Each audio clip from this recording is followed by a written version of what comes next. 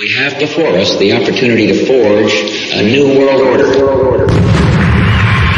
Ladies and gentlemen, on ira ensemble vers ce nouvel ordre mondial. Am Israël Chai.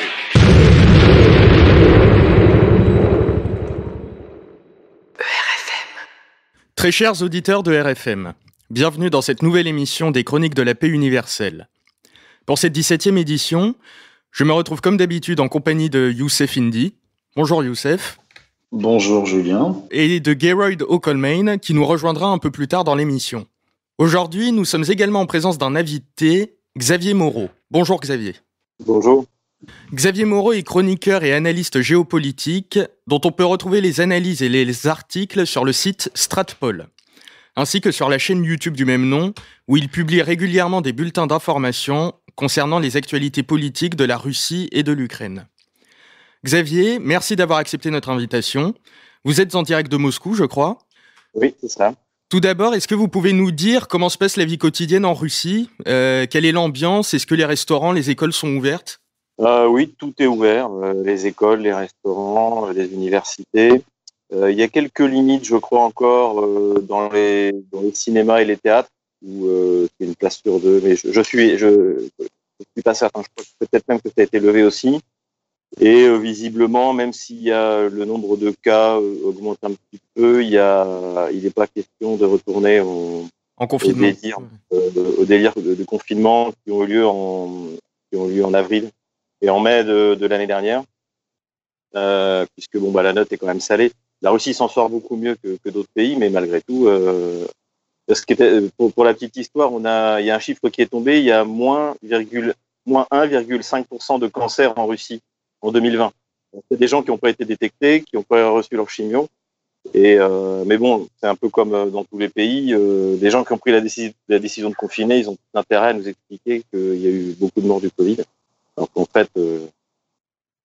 fait, c'est un non-événement sanitaire, je dirais quasiment, du point de vue de la mortalité. Donc au niveau des réglementations politiques, ça reste relativement souple quand même. Non, si vous voulez, j'étais dans le métro tout à l'heure. Moi je mets plus mon masque, sauf quand on me le demande, mais donc c'est dans ma poche, le même depuis 3 mois, comme tout le monde. Et donc, mais les policiers le demandent, la sécurité du métro le demande, mais sans. Il y a eu une complicité entre la population et la police. C'est-à-dire qu'en gros, c'est comme s'il y avait un consensus général où on comprend que le gouvernement russe essaie de faire quelque chose. Et donc, oui, il y a une espèce de consensus. Et par exemple, à un moment, ils ont même fermé le parc à côté de chez moi. Mais moi, je continuais à aller courir. Et quand je croisais des policiers, ils me disaient rien. Vous voyez.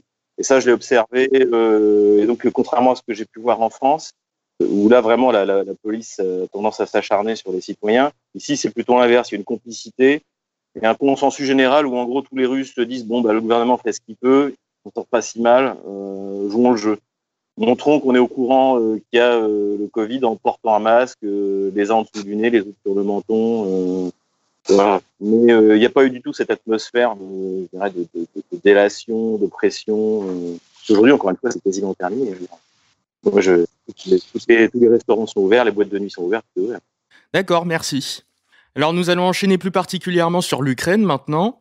En ce moment, on a pu observer un retour en force de la politique atlantiste d'agression et de déstabilisation de l'État ukrainien. Est-ce que vous pouvez nous en dire un peu plus sur ce qui se passe actuellement en Ukraine et pourquoi le front ukrainien se rallume-t-il spécifiquement maintenant ?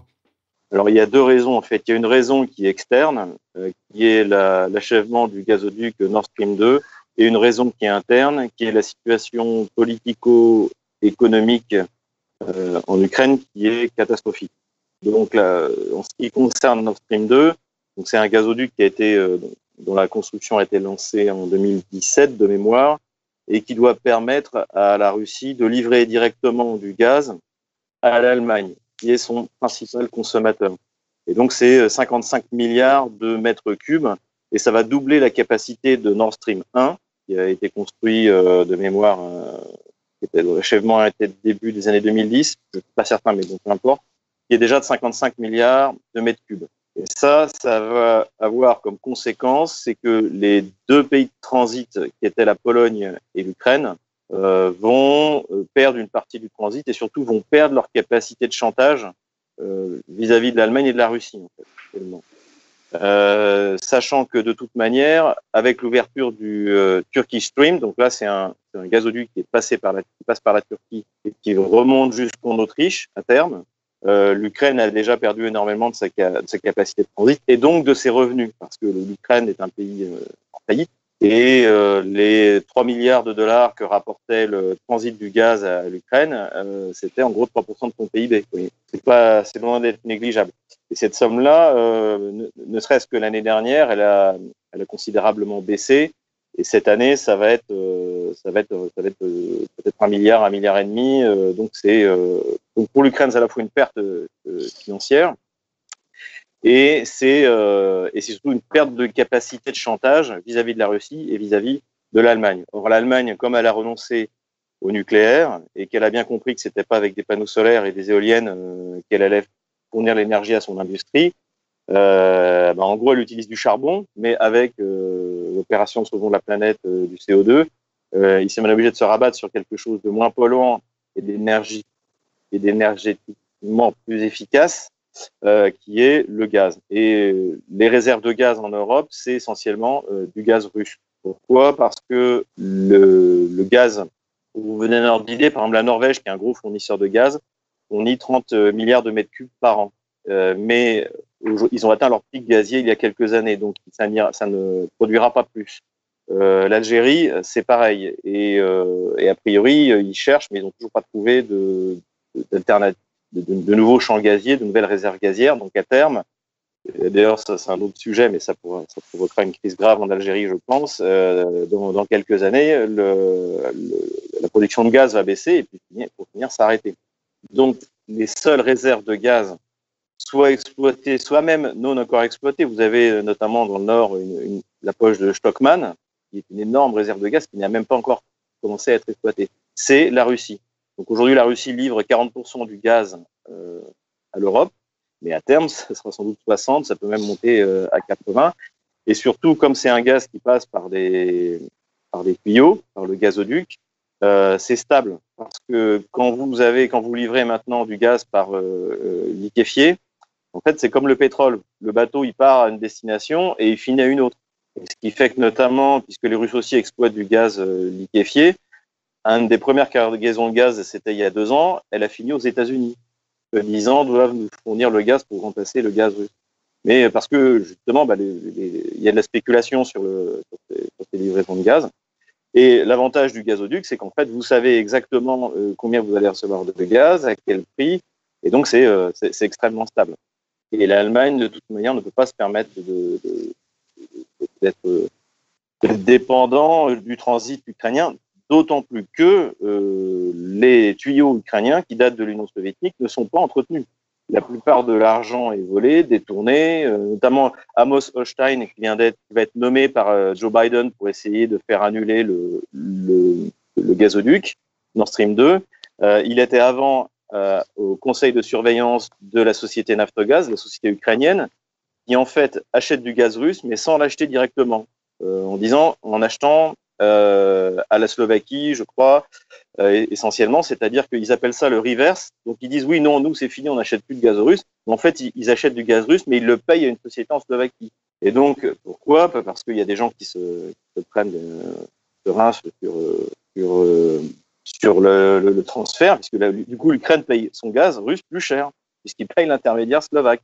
Et à mon avis, Amos Hochstein, il est bien au courant de ça. Et je ne serais pas étonné que, comme le fils de Joe Biden, il ait profité largement de l'industrie gazière, en tout cas de transit gazier ukrainien.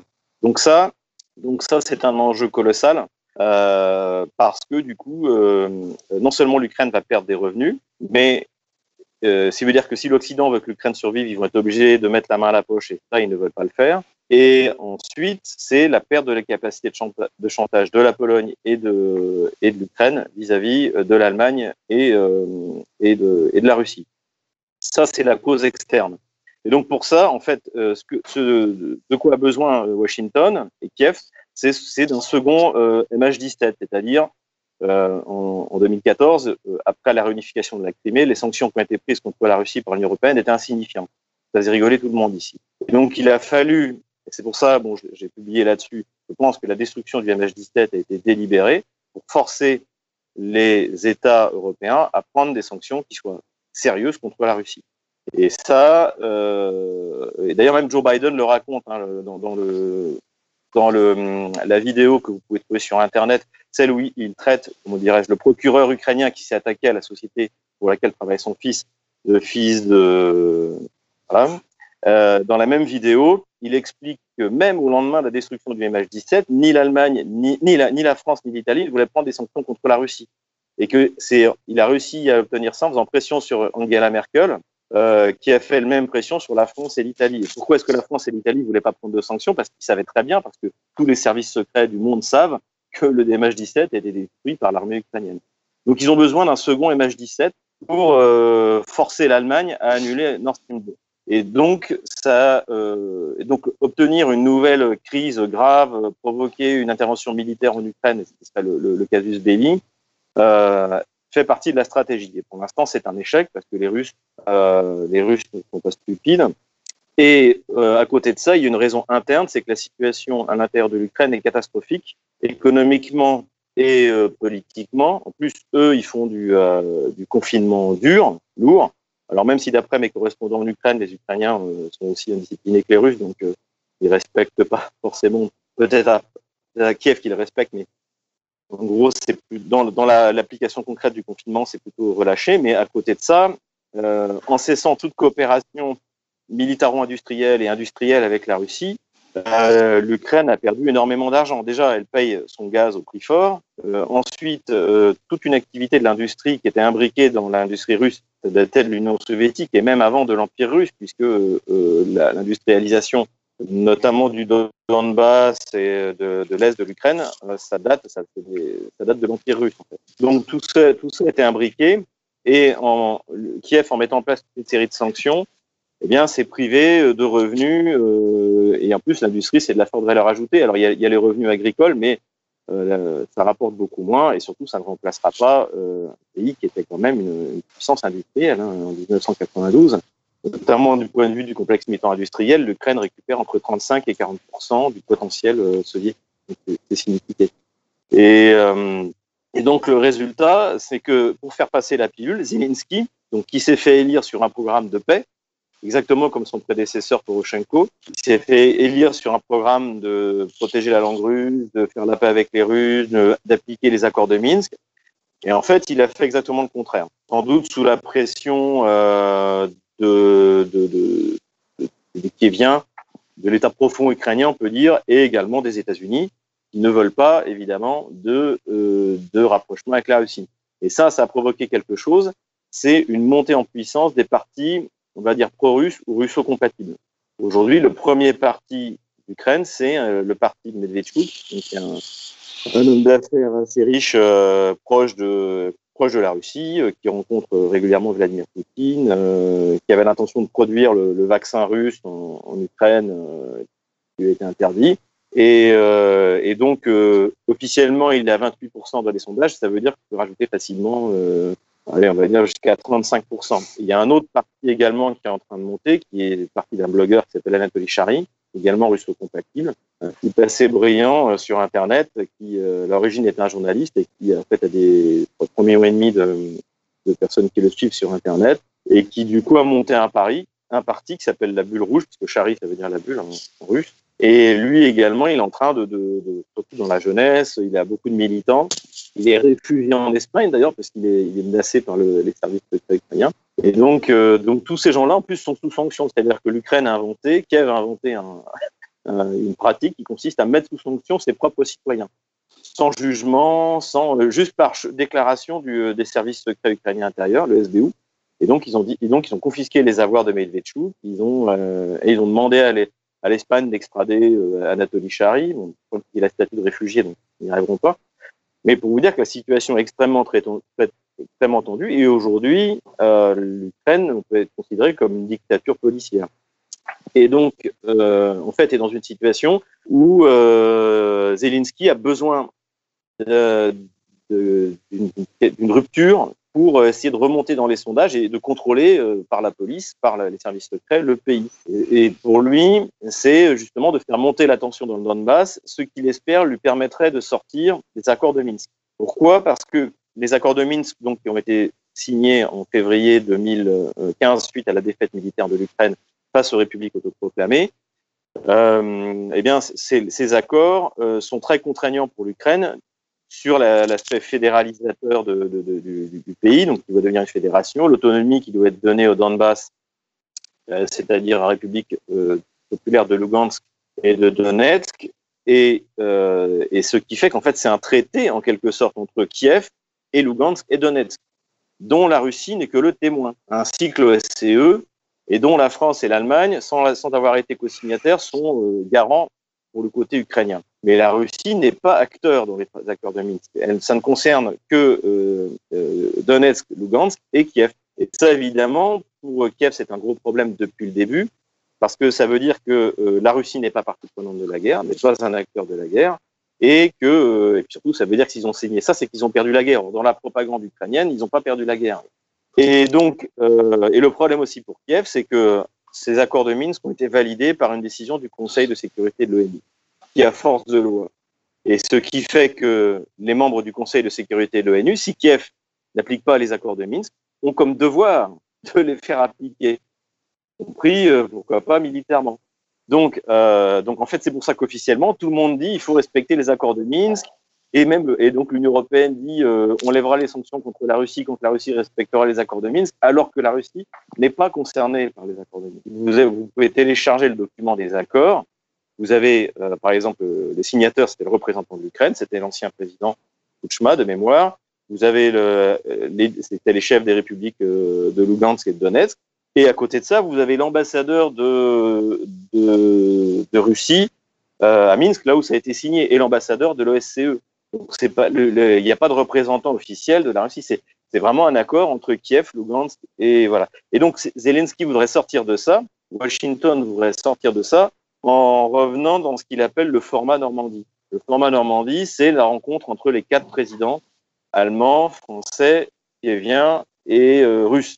Et donc ça le mettrait au niveau de Vladimir Poutine, et ça montrerait qu'en fait la résolution du conflit ne passe pas, que le conflit n'est pas une guerre civile, et ça passe pas par une négociation entre Kiev, Lugansk et Donetsk, mais une négociation entre Kiev et Moscou. Et ça, évidemment, la Russie en a bien compris. Et donc, évidemment, la Russie voit le coup arriver. Et ensuite, il y a une réunion de ce format Normandie. La Russie a accepté de jouer le jeu à la fin de l'année 2019, dans laquelle l'Ukraine s'est engagée à commencer à appliquer les accords de Minsk, à faire un cessez-le-feu qui a duré un certain temps, et à échanger les prisonniers, tous contre tous, conformément aux accords de Minsk. Et en fait, il y a eu un cessez-le-feu, et puis ça s'est arrêté là. Et donc depuis, Poutine refuse de cette rencontre au format Normandie tant que Kiev n'aura pas accompli les engagements qui ont été pris à la fin de l'année 2019. Voilà. Aujourd'hui, la balle est dans le camp de l'Allemagne et de la France. Et visiblement, vu les déclarations d'Emmanuel Macron, ils sont pas prêts de faire pression sur Kiev. Et de toute manière, ce qui est clair, c'est que ce sont les États-Unis qui sont aux commandes, et que la France suit, parce qu'enfin Joe Biden est de retour, la démocratie va être sauvée, etc. Et l'Allemagne, elle, ce qui l'intéresse, c'est Nord Stream 2. Donc, en gros, elle fait des déclarations, mais elle n'en pense pas moins. Voilà, en gros, on en est. Voilà, c'était un peu long, mais voilà pourquoi les choses sont reparties en Ukraine. Mais à mon avis, ça n'ira pas tellement plus loin, parce que l'Ukraine n'a pas les moyens de l'emporter militairement. Merci Xavier. J'ai une autre question pour vous. Dans l'agenda néoconservateur, les attaques qui sont exercées contre l'Ukraine servent principalement à déstabiliser la Russie. Ces attaques, cette guerre qui est menée n'est plus une guerre traditionnelle avec un champ de bataille et 2 armées qui se font face, mais d'après la terminaison de Lucien Cerise, une guerre hybride qui est menée sur plusieurs fronts avec différents moyens d'action, avec des nuées, des groupes extrémistes qui sont financés d'un peu partout. Et parmi ces moyens d'action, il y a essentiellement la communication. c'est-à-dire la construction de l'image de l'ennemi pour le décrédibiliser, pour légitimer les attaques qu'on effectue contre lui. Et concernant la Russie, l'affaire Navalny fait partie de ces moyens d'agression par les médias, par la communication et par l'idéologie. Elle est employée dans les médias français pour décrédibiliser l'image de la Russie, et spécialement de Poutine, en le présentant comme un monarque totalitaire, dictatorial, qui rappelle les heures les plus sombres et j'en passe. Est-ce que vous pouvez nous renseigner un peu plus sur l'affaire Navalny et sur ce personnage? Qui est-il? Alors Navalny, en fait, contrairement à ce qu'on raconte dans les médias occidentaux et notamment français, c'est pas quelqu'un de neuf dans la vie politique. Il fait partie de cette génération des années 2000, et je dirais même mentalement, il est même la génération des années 90, c'est-à-dire une génération d'hommes politiques pour lequel la politique est un moyen de s'enrichir. Et avant qu'il passe une année à Yale, où là tout d'un coup il a eu la révélation de la lutte contre la corruption, il était conseiller du gouverneur de Kirov, la ville de Kirov, Monsieur Belich, et c'est là où il a commencé à tromper dans des affaires de corruption, notamment sur le détournement des bénéfices d'une scierie qui s'appelle Kirov-Lies. Lies, c'est le bois en russe, mais également une privatisation d'une usine d'alcool. J'avais fait une vidéo à l'époque là-dessus. Et surtout, il a fait sans complicité avec Maria Gaïdar. Donc, Maria Gaïdar, c'est la fille d'un réformateur libéral des années 90 qui a en partie responsable de la ruine des années 90 en faisant ce qu'on a appelé la thérapie de choc. En gros, c'est les réformes brutales ultralibérales de l'école de Chicago, appliquées au début des années 90 en Russie. Et donc, et ensuite, Maria Gaïdar donc Navalny ont été mêlés dans des affaires de corruption de la ville de Kirov. C'est à ce moment-là que Navalny part à Yale pour un an, où il est recruté tout simplement pour devenir un libéral, né comme on les appelle ici, visiblement par les services secrets américains. Maintenant, c'est quasiment certain, et surtout, à mon avis, les services secrets anglais qui sont derrière. Et Maria Gaïdar, elle va avoir une carrière politique assez intéressante, c'est qu'elle part en Ukraine, elle renonce à la citoyenneté russe et elle prend la citoyenneté ukrainienne pour devenir l'assistante de Saakashvili, l'ancien président géorgien, celui qui a mangé sa cravate en 2008. Donc en fait, les États-Unis ont créé une espèce de classe de libérales et de politiciens qui peuvent fonctionner dans tous les pays où arrivent les révolutions colorées. On a vu ça également avec l'ex-femme de Glucksmann, dont le nom mémoire me trahit, mais qui a été ministre de l'Intérieur en Géorgie et qui ensuite est passé ministre de l'Intérieur adjoint en Ukraine. Et si demain vous avez une réunion colorée qui réussit, je ne sais pas, en Biélorussie ou en Arménie, vous pouvez très bien voir arriver Maria Gaïdar, l'ex-femme de Glucksmann. C'est cette espèce de classe. Alors maintenant, bon, comme il y a plus beaucoup de réussites de révolutions colorées, ils sont tous un peu en train de s'entasser dans les mêmes pays, ou alors d'aller enseigner dans des facultés. C'est ce qu'on proposait à Saakashvili aux États-Unis, mais bon, c'est plutôt ennuyeux pour eux. Et donc, à mon avis, on va tous les voir s'agglutiner à l'Ukraine, parce qu'il y a finalement plus là qu'on peut encore les employer. Donc, Navalny fait partie de cette classe donc, qui est en plus corrompue et qui est recrutée par les services secrets anglo-saxons pour déstabiliser la Russie. On ne peut pas dire que ça ait très bien marché. Tout d'abord, le problème de Navalny, c'est que dans la période où il a été escroc, il a escroqué une société française. Son frère était employé de la Poste et il a utilisé son poste pour inciter Yves Rocher à utiliser les services d'une société privée dont l'actionnariat était basé à Chypre pour vendre les services de la Poste. En fait, c'est comme si vous êtes employé de Poste en France et vous dites à un gros client de la Poste française qui livre des produits en disant ce serait quand même bien si vous travaillez avec telle société privée qui va emballer les paquets. C'est ce qu'a fait Navalny. Et donc pour ça, il a été condamné. Et c'est pour ça qu'il est en prison aujourd'hui. C'est pas du tout, c'est pas Hervé Ryssen. Hein. Il est pas condamné parce qu'il a publié un bouquin. D'ailleurs, il serait bien incapable d'en écrire un, à mon avis, parce que c'est un escroc. Et à côté de ça, en plus, c'est un mauvais investissement parce qu'il est mauvais. C'est ce que je disais dans une de mes vidéos. Navalny est un lecteur de prompteurs. Dès qu'il est en débat ou même en interview avec quelqu'un en face de lui, c'est la catastrophe. Il a été interviewé le moment où il voulait être candidat aux dernières présidentielles par Ksenia Sobchak. Ksenia Sobchak, c'est également une libérale qui lui était très favorable, qui n'était pas du tout une adversaire. Et elle l'a ridiculisé malgré elle. Par exemple, elle lui a demandé, mais par exemple, vous voulez doubler le budget de la santé, mais à combien on en est aujourd'hui? Et Navalny était incapable de répondre à la question. Incapable. Et donc, il s'est ridiculisé, et c'était pas que ça. Il a fait un débat contre un nationaliste qui s'appelle Strelkov, qui était très actif dans le Donbass, qui s'est battu pour Slaviansk. Il s'est fait, pareil, laminer. Donc, en fait, aujourd'hui, il refuse les débats, et il ne donne des interviews que dans des médias où il est sûr que ce sera pas trop difficile. Et parce qu'il est pas bon, en fait. Il est pas bon, et on le voit très bien d'ailleurs, dès qu'il est pris, la manière dont il se comporte dans les différents tribunaux, il se contrôle pas, et puis c'est quelqu'un qui n'a pas de formation politique. C'est une espèce de, je sais pas, de Daniel Obono russe. C'est vraiment, c'est le niveau zéro, hein, c'est le Castaner, hein, ce niveau-là. Et donc c'est le niveau, c'est le niveau zéro. Et donc forcément, ça n'a pas fonctionné. Tout simplement, ça n'a pas fonctionné.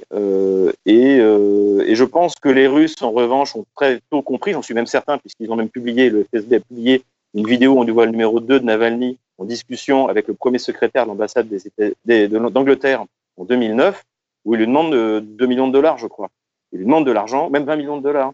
Il lui demande de l'argent et il dit, voilà, si jamais, 2011, 2010, peu importe, et si jamais on prend le pouvoir, on ouvrira le pays aux hommes d'affaires qui auront accepté de nous financer, etc., etc., etc. Et tout ça maintenant est filmé, vous le trouvez. Hein. Donc ce numéro 2 à l'époque, le numéro 2 de l'époque, est aujourd'hui à Londres, réfugié à Londres. Et donc en fait, je pense que les Russes ont laissé Navalny. La question, c'était pas pourquoi Navalny est en prison aujourd'hui, c'est pourquoi est-ce qu'il n'était pas plus tôt, avec toutes les affaires qu'il a sur le dos. Et je pense que, tout simplement, le FSB a déroulé la pelote pour savoir qui étaient les traîtres, qui payait qui étaient les réseaux de financement. Et là, maintenant, ils ont sonné la fin de la récréation. Le soi-disant fonds de lutte contre la corruption va être, en quelque sorte, désigné. Enfin, le parquet russe a demandé à ce que ce fonds soit désigné comme extrémiste. L'économiste en service qui nous expliquait que le Covid allait ruiner la Russie au mois de mars il y a un an, vient de faire ses bagages et de partir. Bon, ce sera sans doute les Pays-Baltes ou l'Angleterre comme d'habitude. Et donc en fait tout système qui a été mis en place par les Anglais, essentiellement par Bellingcat, est en train de s'écrouler en Russie parce que le FSB a cité la fin de la récréation. Et je ne pense pas que les libérales ne s'en remettront. Je ne pense pas, en tout cas avant longtemps. Et finalement, on va avoir aussi la vraie opposition à Poutine, qui sont les communistes et les nationalistes. Et donc aucun des deux ne veut suivre le modèle occidental. Ce à quoi on assiste, en fait, c'est la fin du modèle occidental. D'accord, merci Xavier. C'est bien loin de l'image qui nous est présentée en France, en tout cas. En France, on le présente vraiment comme un dissident emprisonné pour ses idées, alors que c'est un escroc. Alors, ce qu'on peut dire avec l'affaire Navalny, la situation en Ukraine, c'est tout le processus des révolutions colorées. C'est que l'Empire privilégie des moyens d'action qui sont de plus en plus subversifs que la simple intimidation militaire pour mener ses guerres.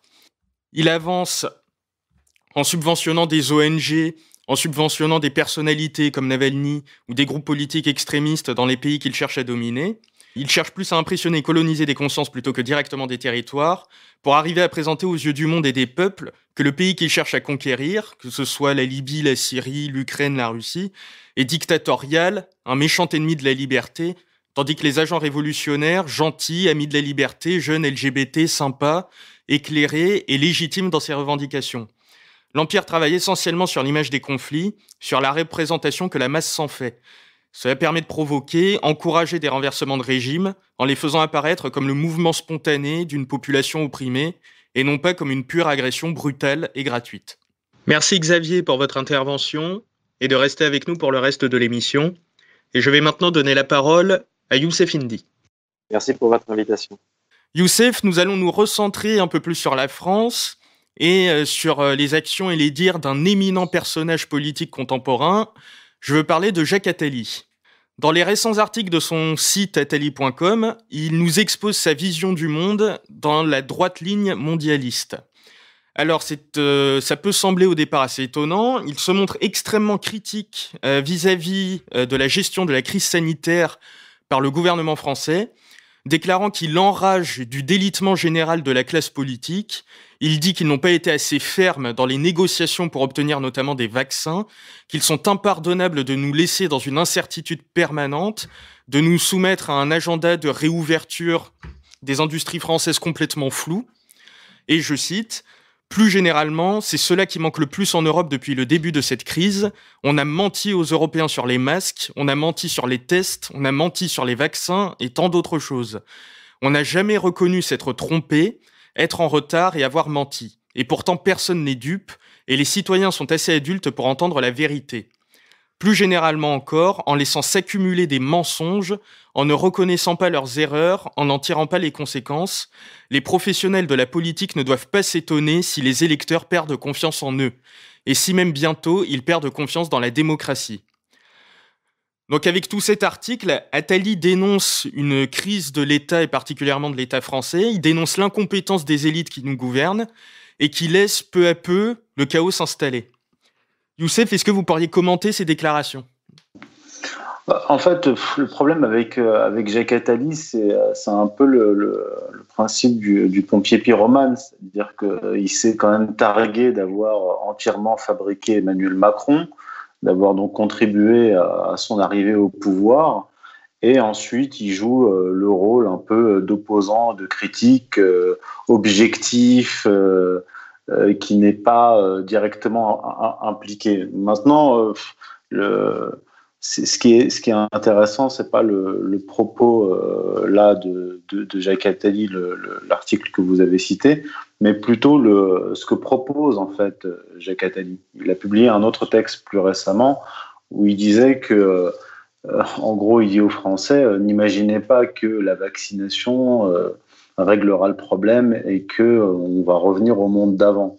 Ce qu'il dit clairement, c'est que, en gros, le programme, parce que lui, ce qu'il fait, c'est qu'il lit le programme de l'oligarchie, c'est qu'il dit qu'on est parti pour plusieurs décennies de confinement avec des nouvelles épidémies, des variants et donc de nouveaux vaccins. Donc, ce qui implique passe sanitaire, contrôle numérique exacerbé, etc. Donc, Jacques Attali, fait mine d'être critique vis-à-vis du gouvernement, mais c'est plutôt pour pousser le gouvernement en fait à aller plus loin dans cette dictature sanitaire. Et d'ailleurs, Jacques Attali ne reproche pas au gouvernement de mettre en place une dictature sanitaire. C'est en gros, de façon subliminale, ce qu'il dit, c'est que ça ne va pas suffisamment vite. Il a toujours tenu d'ailleurs ce type de discours. C'est un peu un agent accélérateur. Il a une vision messianique que j'appelle le messianisme actif, qui consiste à faire accélérer l'histoire et arriver le plus vite possible au temps messianique. Et ça, c'est pas quelque chose que j'invente, c'est ce qu'il dit et c'est ce qu'il écrit lui-même. D'ailleurs, j'avais expliqué ça en détail dans un texte sur Star Strategica qui s'appelait Coronavirus, accélérateur historique. Déjà, on voyait Jacques Attali en 2009. Donc après, en fait, il y a eu 2008, crise financière. Début 2009, H1N1. Virus du H1N1. Et là, la séquence actuelle, c'est un peu les économistes qui disent en 2019 qu'on va avoir un krach financier phénoménal en 2020, et puis fin 2019, on a cette pandémie. Et déjà à l'époque, donc en 2009, Jacques Attali disait que il parlait déjà de confinement généralisé. Il disait que l'épidémie de H1N1 sera une opportunité plus plus intéressante que la crise économique pour aller vers un gouvernement mondial, une politique sanitaire mondiale, une police mondiale, etc. Donc voilà en gros ce que je peux dire d'Attali, mais je pense qu'on va aller un peu plus loin sur le cas français, parce que c'est plus sur la question justement de l'état, du délitement de l'état de droit que j'ai travaillé récemment. Oui, bah justement, ce qu'Attali reproche à l'État français, c'est ce que vous avez dit, c'est le fait de ne pas aller assez vite dans le mondialisme et dans le domaine de la gouvernance globale, alors que vous avez réfléchi plus profondément sur les devoirs de l'État, c'est-à-dire le fait qu'il faudrait non pas l'abolir au profit d'instances mondialistes, d'une dictature sanitaire mondiale planétaire gérée par des institutions supranationales, mais de retrouver la fonctionnalité de l'État, un rapport sain entre les élites et le peuple. Est-ce que vous pourriez développer là-dessus ? Oui, alors moi, c'est plutôt un constat que je fais. Je dis pas ce qu'il faut faire, mais je pars déjà du constat. En fait, j'ai publié un article qui s'appelle « L'abolition de l'état de droit et la renaissance de la violence politique » sur Stratégica récemment. Ce que je dis, c'est que actuellement, on vit en France une abolition de l'état de droit. Alors l'état de droit, c'est quoi ? En fait, c'est très simple. C'est la justice. C'est un système politique où la justice est prééminente. C'est-à-dire les citoyens et les dirigeants sont comptables de leurs actes et ils doivent répondre de leurs actes devant la justice en cas de manquement, en cas de crime ou autre. Et en fait, il faut revenir à l'origine de l'État moderne. L'État moderne est né théoriquement après ce qu'on peut appeler les révolutions protestantes, c'est-à-dire que on en trouve les bases chez Jean Bodin en 1576 dans son livre Les 6 livres de la République. Et 1576, c'est l'année où le roi Henri III réunit les États généraux après la grave crise conduite par la naissance du protestantisme, qui va être considéré comme une cinquième colonne et véritablement le déclenchement d'une guerre civile. Et à cette époque-là, le roi était, on croyait même que la monarchie allait disparaître, il était très affaibli. Et Jean Bodin, lui, écrit cet ouvrage, notamment où il traite de la souveraineté, où il va théoriser la concentration du pouvoir dans les mains du roi. En fait, plus précisément, il transfère la souveraineté, théoriquement, de Dieu à l'État, à la République. Ce qui va conduire, en fait, après la Révolution française, à une forme de divinisation de l'État. Et en Angleterre, on a Thomas Hobbes qui écrit en 1651 Le Léviathan, son ouvrage majeur. Et là, pareil, 1651, c'est la fin de la révolution cromwellienne. Donc là aussi, guerre civile qui est la résultante d'un mouvement religieux protestant, puritain, voire sur les marges millénaristes. Et donc on a deux auteurs fondamentaux de l'État moderne qui en fait réagissent à une crise très grave, religieuse et politique, qui va conduire à une guerre civile. Et donc la préoccupation de ces auteurs, notamment de Thomas Hobbes, c'est empêcher que cela se reproduise, ou du moins mettre en place les conditions nécessaires pour empêcher cela. Alors Thomas Hobbes, lui, est un contractualiste, c'est-à-dire qu'il va écrire dans le Léviathan que le souverain passe un contrat tacite, disons, avec le peuple, qui lui confère une sorte de pouvoir, qui lui remet entre les mains la légitimité d'utiliser la violence, ce que va appeler Max Weber le monopole de la violence physique légitime. Et en fait, cette violence consiste à protéger le peuple. Ce n'est pas une violence qui est tournée contre le peuple, mais au contraire, c'est par la police, par l'armée, des moyens pour garantir la sécurité du peuple. Or, qu'est-ce qu'on voit actuellement en France, notamment avec les Gilets jaunes? Ce qui a été très frappant, c'est qu'on a vu une oligarchie qui a investi les organes de l'appareil d'État français. Et ça a été encore plus éclatant avec la crise sanitaire. En fait, les Français ont découvert l'incroyable influence des lobbies pharmaceutiques. C'était déjà le cas en 2009, parce que je rappelle que Roselyne Bachelot, qui était ministre de la Santé, avait été salariée de longue date de la société AstraZeneca. Et c'est en tant que ministre de la Santé, elle, qui a passé un contrat de plus de 100 millions de doses de vaccins chez AstraZeneca, et qu'ils ont dû d'ailleurs finalement détruire et brûler. Donc on a vu à partir de la séquence des Gilets jaunes un pouvoir oligarchique qui contrôle l'appareil d'État, et Macron est une synthèse, c'est-à-dire que c'est un énarque, un banquier et un partisan du LGBTisme, quoi. Donc on a la synthèse de réseaux qui ont contribué à détruire la France et qui a tapé comme un sourd sur les Français, sur les Gilets jaunes, donc issus de la France périphérique. Pourquoi ?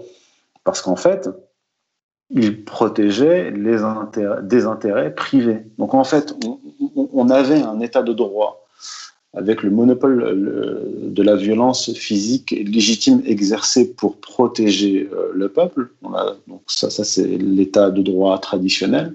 Et là, on passe dans une nouvelle séquence où on a une oligarchie qui pilote l'État, qui elle-même utilise la police, qui va utiliser cette violence contre le peuple pour défendre des intérêts privés. Donc, on est aujourd'hui à la frontière de la guerre privée. Donc là, on revient à une époque antérieure à l'État moderne, et de la lutte des classes. C'est pas une véritable lutte des classes, puisque la lutte des classes au sens marxiste, c'est le prolétariat contre la bourgeoisie. Là, on est dans une autre configuration. On est avec les Gilets jaunes, les Gilets jaunes qui représentent, disons, sociologiquement 60% de la population française, de la France périphérique, est soutenu dans les débuts par 80% des Français. Donc on est véritablement dans une guerre opposant la population française et cet État oligarchique qui défend des intérêts privés. Et ce qui m'a mis aussi la puce à l'oreille quant à cet effondrement de l'état de droit, ça a été la réaction de citoyens et d'associations dès les débuts du confinement, dès le mois de mars 2020, où il y a eu un certain nombre de plaintes qui ont été déposées à la haute cour de la République contre des ministres en exercice, ou les anciens ministres qui étaient en exercice au début de la crise, comme Agnès Buzyn, Édouard Philippe, puis Véran, Castex. Il y a plus d'une centaine de plaintes qui ont été déposées. Et là, je me suis dit, il est en train de se passer quelque chose. C'est-à-dire que si on prend un peu de hauteur, on peut se dire que la crise des Gilets jaunes a été un premier avertissement du peuple français vis-à-vis du pouvoir.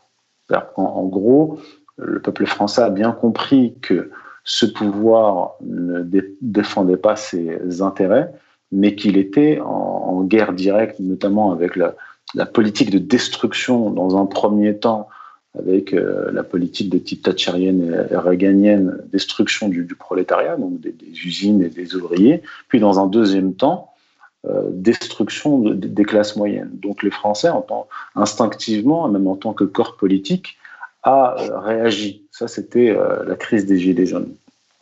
On a vu la réponse. Ça a été matraque, flashball dans la tête, des gens éborgnés, des Gilets jaunes en prison, etc. Et avec la crise sanitaire et le nombre impressionnant de dépôts de plaintes, je me dis que là, on a affaire à un deuxième avertissement. Gilets jaunes, premier avertissement. Dépôt de plainte, deuxième avertissement. Pourquoi ? Parce que les Français, comme la plupart des peuples occidentaux qui vivent dans des États modernes depuis plus ou moins longtemps, surtout la France depuis la Révolution française et toute cette tradition bodinienne, hobbesienne, montesquienne et rousseauiste, font appel en fait à l'état de droit. C'est-à-dire que d'une certaine façon, on peut se dire que les Français, en déposant des plaintes, ils ils envoient un dernier avertissement aux dirigeants politiques, en revenant à un élément fondamental donc, que j'avais évoqué précédemment, c'est l'état de droit, la justice, qui doit s'appliquer à tous. Et donc, je poursuis mon raisonnement. Si ce n'est pas suivi de fait, si véritablement il n'y a pas de punition frappant les dirigeants politiques en exercice, notamment durant la crise sanitaire, mais aussi durant la période des Gilets jaunes, eh bien là, on va rentrer dans une nouvelle phase qui sera, je pense, la violence politique, le retour de la violence politique. C'est quelque chose qui peut être tout à fait légitime, surtout dans une période où ce sont les dirigeants politiques eux-mêmes qui abolissent l'état de droit. Et dans un contexte comme celui-ci, dans un pays comme la France, de cette tradition hobbesienne montesquienne, on peut s'imaginer qu'il va y avoir un retour de la violence politique venant du peuple, non pas pour produire une anarchie, mais justement pour restaurer le Léviathan, pour restaurer l'état de droit dont on les a privés. Et je rappelle que la violence politique a été quand même exercée en France par des organisations et des réseaux lors de mai 68. Alors, ce n'était pas une violence de type 1789, mais ça a été quand même une violence politique pour faire tomber un président qui est effectivement tombé. Et d'ailleurs, notre camarade Pierre-Antoine Plaquevent, dans la 2e édition de son ouvrage, a rapporté qu'il y a eu des influences extérieures, notamment de la CIA et des services secrets israéliens, pour faire tomber le général de Gaulle à l'occasion de mai 68, à cause notamment de sa prise de position durant la guerre de 67. Et les acteurs de cette révolution culturelle, comme Bernard-Henri Lévy, Glucksmann, etc., après avoir légitimé cette violence politique, sont entrés dans une phase, à la fin des années 70, d'exorcisation de cette violence, en condamnant cette violence politique, puisque comme tout révolutionnaire, une fois que vous avez pris le pouvoir par la violence, vous pacifiez et vous condamnez la violence qui peut ensuite vous remettre en cause votre pouvoir. C'est ce qui explique les réactions extrêmement violentes de ces gauchistes traditionnels, comme Bernard-Henri Lévy, mais aussi Goupil, etc., vis-à-vis des Gilets jaunes. C'est-à-dire que dès le premier acte, 17 novembre, Bernard-Henri Lévy avait déjà senti l'antisémitisme, le fascisme inspirer les Gilets jaunes. En fait, il a pris peur. Il a pris peur parce qu'il sait très bien où ça peut mener et il a tout de suite condamné cette violence politique populaire. Voilà en gros pour dans les grandes lignes. Peut-être un commentaire de Xavier Moreau, j'aimerais bien avoir son avis sur le sujet. Disons que j'ai bien apprécié la démonstration, hein, le rôle effectivement de Hobbes et de Locke dans la création de l'État moderne, qui aboutit aujourd'hui au fait, pour prendre le terme de Charles Le Gave, c'est qu'on n'a pas un État de droit, mais un droit de l'État. C'est-à-dire que l'État a tous les droits, et y compris celui de crever les yeux des citoyens. Moi, ce qui me frappe, pour revenir à Attali, c'est qu'en fait, c'est le décalage entre les idéologues occidentaux aujourd'hui et la réalité du monde d'aujourd'hui. C'est-à-dire que s'imaginer que leur grand confinement, leur grand reset, etc., ça intéresse les Russes, les Chinois, et même les Africains, les Sud-Américains, c'est complètement absurde. Et ce qu'ils font, en fait, avec leur système, c'est qu'ils vont achever ils vont acter la fin de la domination de l'Occident. Parce que la destruction économique va être tellement forte qu'en fait, ils vont complètement être supplantés par l'Asie, hein, notamment. Moi, je le vois, quand on est en Russie, on est entre les deux. Et on voit la puissance chinoise, même des pays dont on parle moins, mais la Corée du Sud. Tout ça, c'est des pays qui vont tirer l'économie de demain. Et je dirais que je ne comprends même pas à quoi ils jouent, parce que il faut bien qu'ils se rendent compte, c'est que si jamais ils continuent à détruire les économies occidentales, comme ils le font, mais ils vont se faire laminer. Et malgré tout, ils tirent leur puissance du fait qu'il y avait une certaine avance économique des pays occidentaux sur les autres, sont en train d'enterrer. Qu'est-ce qui va rester du pouvoir des élites mondialistes françaises si l'économie française est détruite? Et cette espèce c'est ça pour moi ce qui est assez paradoxal. D'ailleurs, j'ai pas vraiment la réponse. C'est qu'en fait, ou alors ils sont au bout de leur idéologie. Est-ce que Attali se rend compte qu'en continuant comme ça, il est en train simplement de couper la branche sur laquelle les élites mondialistes sont assises?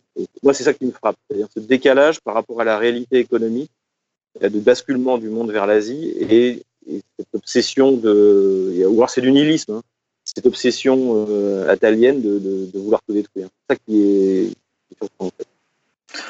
Alors, si on remonte un petit peu le cours de l'histoire récente, on voit que ce transfert économique de l'Occident vers l'Asie a été voulu par le monde anglo-américain. C'est ça qui est sidérant. Je parlais de la politique thatchérienne et réganienne. Elle procède du système de libre-échange généralisé. Et les grandes multinationales occidentales ont donc délocalisé les industries occidentales vers l'Asie, notamment vers la Chine, avec un transfert de technologie, etc., pour maximiser les gains. Et là, en fait, on tombe dans une contradiction majeure. C'est-à-dire que, en fait, on a des multinationales qui ont pris le contrôle des États occidentaux.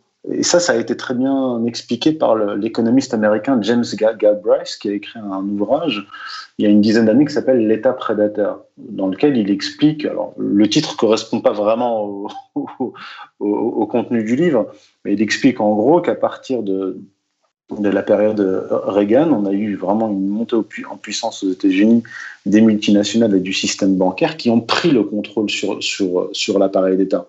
Du coup, l'État, quelque part, occidental a perdu de vue ses objectifs, c'est-à-dire la prospérité du peuple et le développement économique, etc., au profit d'intérêts privés. Et quelque part, il y a eu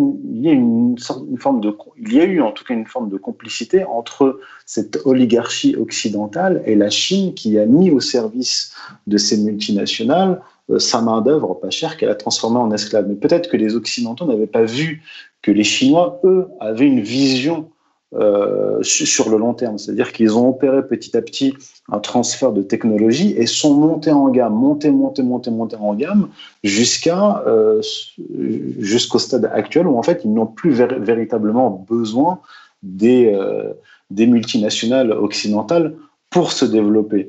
Et en fait, ce système ultralibéral se phagocyte lui-même. Ce que Lordon appelle là, le capitalisme actionnarial qui consiste à investir dans des entreprises, la vider de sa substance le plus vite possible. Ensuite, c'est une vision très, très, très nomade. Vous savez, les nomades se déplaçaient, ils vidaient les sources d'eau, une fois que c'était terminé, ils détruisaient tout et ils passaient à autre chose. Et le capitalisme occidental en est à ce stade-là, alors que les Chinois, eux, c'est un petit peu le miroir inversé de l'Occident, c'est qu'on a un État fort qui pilote la machine capitaliste industrielle avec une vision de développement économique. Et là, l'Occident se retrouve face à cette contradiction, et ça a été, en fait, le Brexit et Donald Trump ont été une réaction à cela. C'est en fait une réaction interne du monde anglo-américain qui a créé ce monde de désindustrialisation et d'enrichissement de l'Asie, qui a produit une réaction interne qui a été Donald Trump, qui a par sa politique économique, essayé de renverser le cours des choses, c'est-à-dire placer taxes douanières, frapper de taxes les produits chinois, forcer un certain nombre d'entreprises américaines à rapatrier leurs industries sur le territoire américain, etc. Bon, on a vu ce qui s'est passé. Ils ont réussi à se débarrasser de Donald Trump. Et en fait, ce que je me dis, c'est que cette politique-là de Great Reset, de destruction de l'économie, etc., ce n'est que la continuation de cette politique libre-échangiste, néolibérale, thatchérienne et réganienne, parce qu'elle est conduite par des gens qui ne sont pas des hommes et des femmes d'État, mais qui sont des oligarques, là vraiment pour le coup cosmopolites, internationalistes, et qui n'ont pas à cœur les intérêts des populations occidentales, mais l'accomplissement d'une vision pas seulement économiste, mais en fait messianique. Et là, on voit qu'en fait l'économie est pour eux un moyen d'atteindre une nouvelle ère. C'est la fin de l'histoire et le passage à une ère messianique. Et donc, c'est tout le délire là, de Klaus Schwab qui dit en gros que 75% des emplois seront automatisés, etc., etc. Moi, j'ai vu là récemment des développements assez ahurissants de réalité alternative, des logiciels de réalité alternative qui sont utilisés notamment par des industries comme BMW pour augmenter leur... En fait, c'est une réplication de la réalité qui permet d'anticiper et de maximiser les productions, mais sans avoir besoin d'êtres humains pour le faire. Donc, en fait, c'est une vision du monde où l'homme disparaît. C'est le discours de Laurent Alexandre à Polytechnique qui parle des inutiles. Et en fait, ça correspond à une politique qui est menée depuis longtemps et qui a été analysée par Christophe Guilluy dans un de ses derniers ouvrages qui s'appelle « La destruction des classes moyennes occidentales ». Et en fait, c'est ça. C'est destruction du prolétariat des ouvriers, destruction des classes moyennes pour tiers-mondiser le monde occidental. Vous savez, comme dans un certain nombre de pays du tiers-monde, vous avez une masse appauvrie et une toute petite élite ultra riche. Et ça ressemble beaucoup aux films de science-fiction. Comme Elysium, en fait, on voit une terre qui ressemble à un bidonville géant, avec des gens faméliques qui essaient de survivre, et puis de l'hyperclasse qui vit sur un satellite. Et en fait, c'est pour ça que moi je dis que la dimension religieuse prime sur le reste, parce qu'à un moment donné, on ne peut pas comprendre leur comportement. Vous avez évoqué Charles Gave tout à l'heure, qui lui réfléchit en tant qu'économiste, mais à un moment donné, il faut passer ce cap matérialiste et économiste et essayer de comprendre ces élites qui ont elles une vision messianique de l'histoire, une vision religieuse de l'histoire et même catastrophiste, c'est-à-dire provoquer la catastrophe pour faire s'effondrer l'histoire et passer à autre chose. Et en fait, il faut admettre qu'on a affaire à des dirigeants qui sont véritablement des religieux, des messianistes et qui mettent de côté toutes ces considérations matérielles, économiques et autres. C'est une bonne réponse. Juste, il y a un point qui est, à mon avis, hyper important, c'est qu'il y a quand même un aspect sur lequel, qu'avait commencé Donald Trump et sur lequel Joe Biden continue, c'est d'essayer de rapatrier la production de semi-conducteurs aux États-Unis. Et pour essayer finalement de maintenir cet ultime levier vis-à-vis notamment vis-à-vis de l'Europe, mais pas seulement. Et à tel point, puisque donc il y a une pression énorme qui est faite sur Taïwan. Aujourd'hui, notamment les microprocesseurs de très petite taille, 7 nanomètres et même en dessous, sont fabriqués, je crois, 80% à Taïwan et 20% en Corée du Sud. Et le but, c'est de rapatrier toute cette production et de forcer d'ailleurs les Taïwanais à investir aux États-Unis dans des usines. Et bien, les Taïwanais n'ont pas le choix puisque Washington est le garant de leur sécurité. Et donc, je pense que ça va être le dernier levier qu'ils vont essayer d'utiliser pour contraindre, c'est comme ça que ça fonctionne, pour contraindre les autres économies asiatiques, européennes, c'est-à-dire ce chantage aux microprocesseurs, puisque c'est très long à rattraper. En fait, la Chine investit énormément, mais ils doivent être peut-être que dans 5 ans, ils seront à 20 nanomètres. On ne sait pas. À mon avis, c'est un aspect sur lequel peut-être un sursaut, on va dire, de volonté de domination par les semi-conducteurs.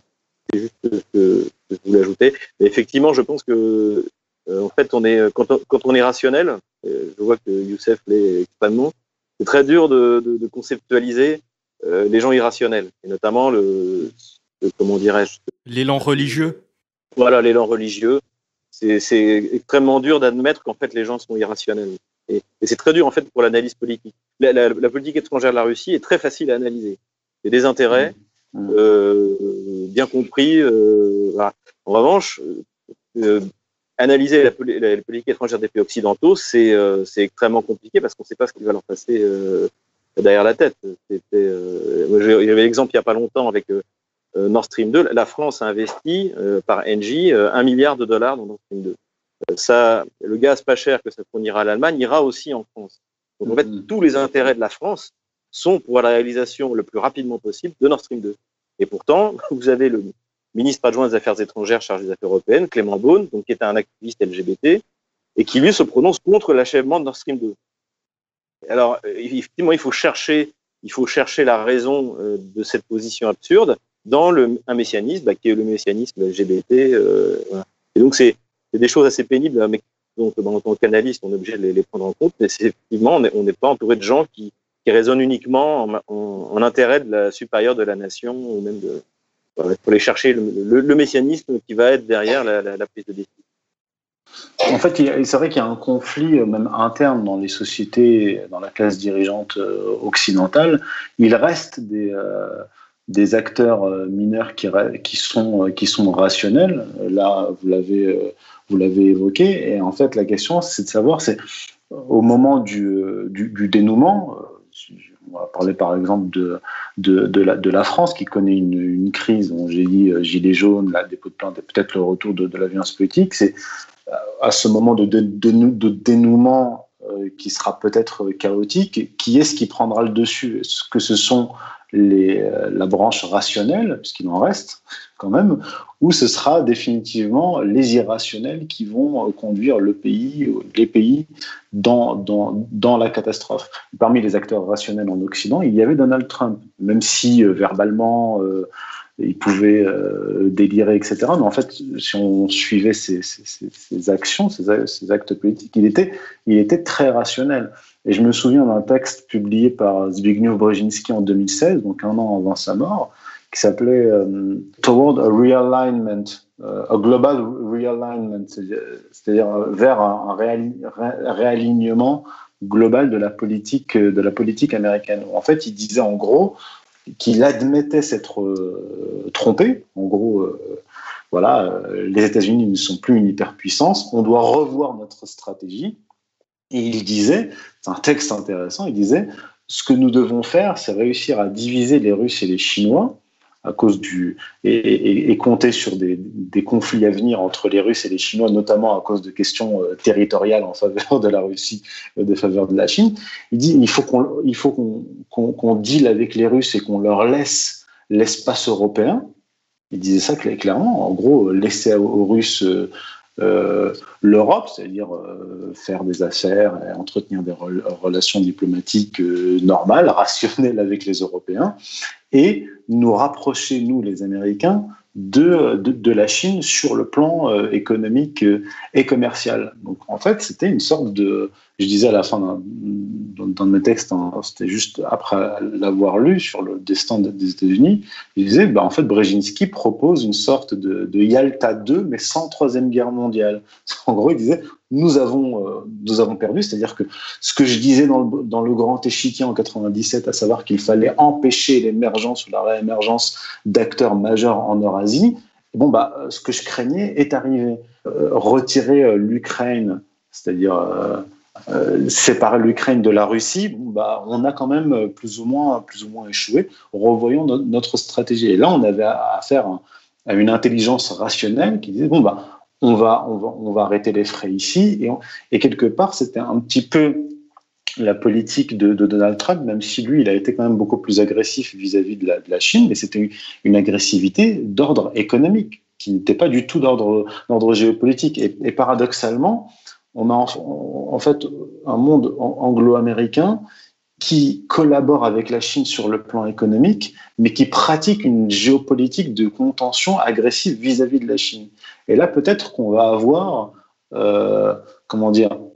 les deux, c'est-à-dire une politique de Biden qui va effectivement poursuivre sur la lancée de Trump, parce qu'il doit y avoir quand même des acteurs rationnels à l'intérieur de l'État profond américain, mais poursuivre cette pression militaire sur sur la Chine.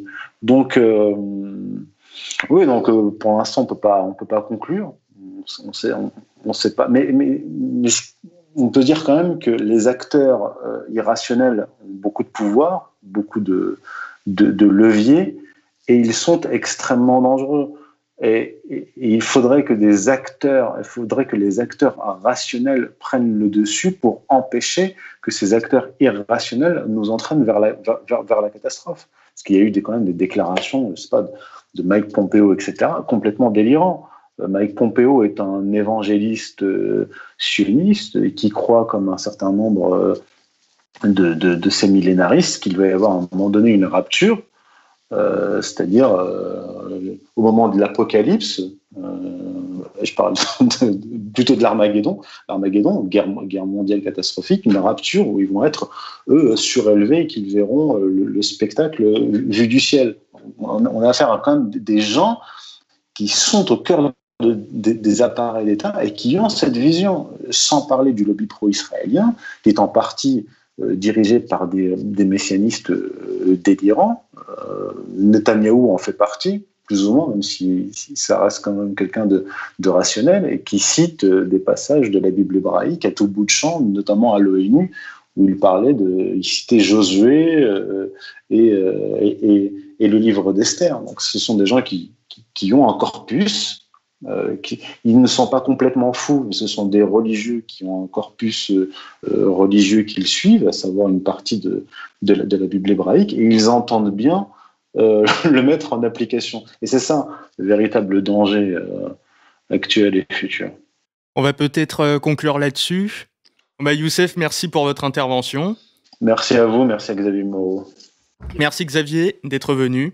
Et nous allons passer à la suite. We have before us the opportunity to forge for ourselves and for future generations a new world order. Pour cette deuxième partie d'émission, je suis en compagnie de Geroyd Aucolmain. Bonjour Geroyd. Bonjour Julien. Alors Geroyd, vous revenez d'Allemagne, je crois. Quelle est l'ambiance de l'autre côté de la frontière au niveau des règles sanitaires ? Bon, c'est pareil en Allemagne, c'est les mêmes règles, le même régime. Ce qui était intéressant dans la ville où j'étais, c'est que les gens sont très divisés. Donc, on voit les gens qui ne portent pas le masque à l'extérieur alors qu'ils sont censés le faire. Certains commerces là-bas qui sont ouverts, il y a des gens qui ne portent pas le masque. Donc, on voit une division. Il y en a d'autres qui croient.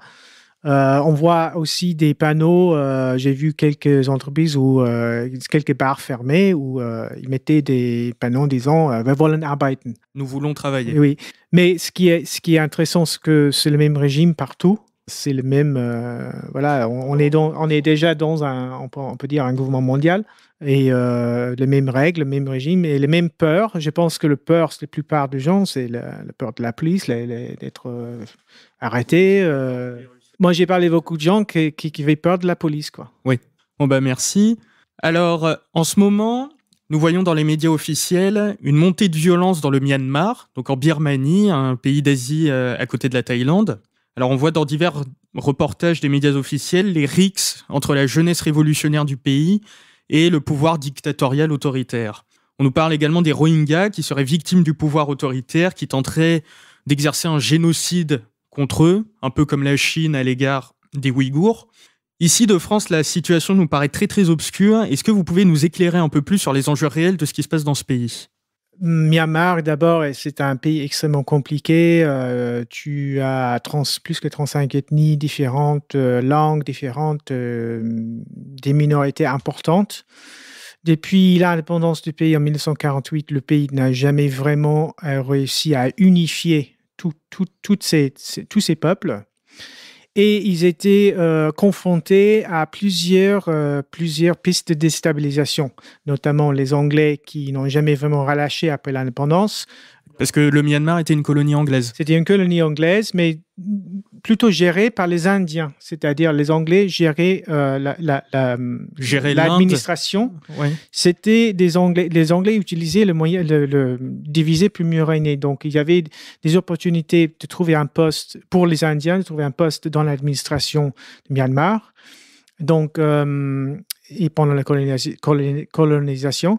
Donc, il y a eu cette classe, surtout de la Chattiar, c'était des commerçants assez riches indiens qui endettaient les paysans du Birman pendant la période coloniale.